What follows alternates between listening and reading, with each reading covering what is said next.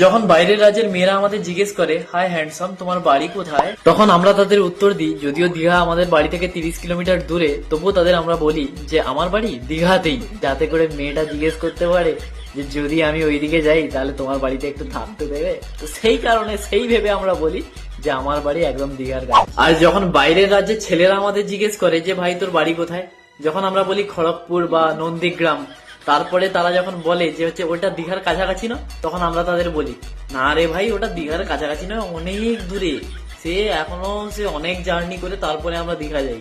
প্রচুর হ্যাপা। আর হচ্ছে আমাদের বাড়িটা হচ্ছে মাটির বাড়ি ভাই, তোরা থাকতে পারবি না, উপর দিয়ে জল পড়ে। এটা হচ্ছে ছেলেদের জন্য রিপ্লাই। সো মেয়েদের উদ্দেশ্যে আমার একটাই কথা বলার, hey girls, always welcome to my house, it's nearby Digha, you can see beach from my house.